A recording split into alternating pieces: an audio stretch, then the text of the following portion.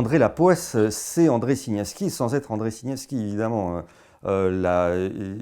C'est une sorte de fausse biographie, une biographie tellement grotesque d'ailleurs que elle s'écroule immédiatement dès les premières pages. André Lapoisse du récit est bègue. Mon père ne l'a jamais été, c'est moi qui le suis, par héritage spirituel. Mon père n'a jamais eu de frère, pourtant dans le récit il y a 5 frères, pardon. Voilà, donc il y a une sorte de mise au superlatif de beaucoup de choses, mais en réalité ça parle aussi de lui et surtout de son angoisse fondamentale qui est qu'il ne sert à rien, en fait. Sa vie, son œuvre ne servent à rien. Alors comment peut-on en arriver là et que peut-on en tirer? L'élément biographique, enfin, qui le décide sans doute à écrire André Lapoisse, c'est l'accueil qui a été fait à son livre Promenade avec Pouchkine.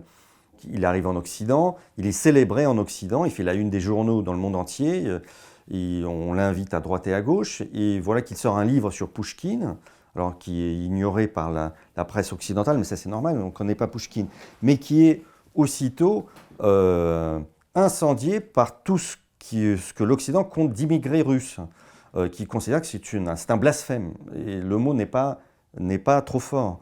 On l'accuse de blasphème envers Pouchkine, qui est notre dieu à tous les russophones, tout simplement parce qu'il ose parler de l'érotisme dans l'œuvre de Pouchkine. Face à cette incompréhension, il a un peu les bras qui lui tombent, et il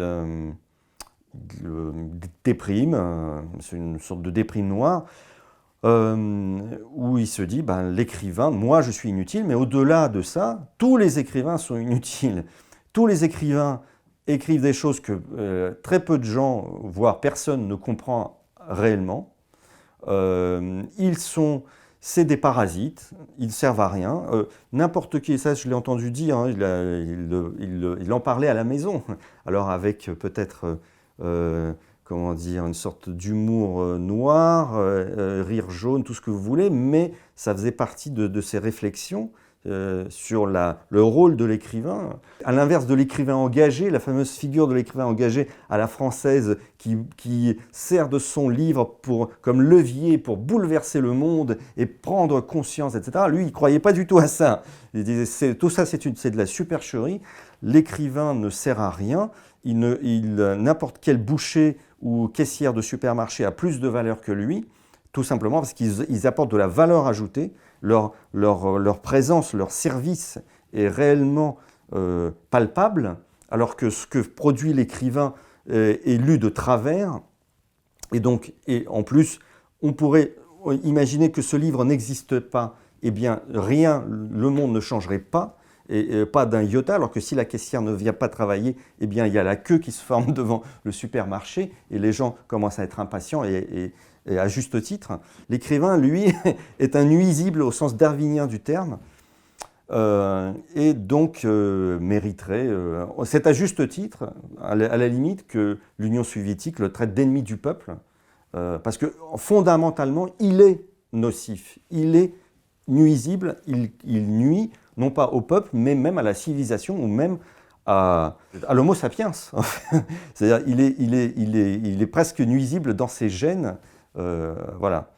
Donc c'était incroyablement fort et destructeur, autodestructeur peut-être, et c'est sans doute un des fils directeurs d'André Lapoisse. Oui, c'est un cri,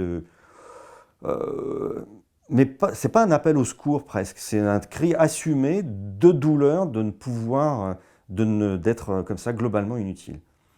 Quel est le réconfort qu'on ressent à la lecture? Quel est cet étrange réconfort que l'on ressent à la lecture d'un livre comme celui-là? Est-ce parce que, en fait, ce minabilisme est partagé par nous tous, même si on ne veut pas l'admettre? Est-ce qu'on est tous fondamentalement inutiles, hein? La fameuse phrase qu'on entend dans les entreprises, il n'y a pas d'homme... il n'y a pas d'homme irremplaçable avec des fonctions irremplaçables. Donc le truc désespérant aussi. Donc, quel que soit votre poste, vous n'êtes qu'un rouage. Ce qu'on entend aussi chez Kafka, évidemment. Donc, oui, tout ça, voilà, ça fait partie de son univers, de sa réflexion. Ce- ne jamais vouloir être grand, comme presque une vocation.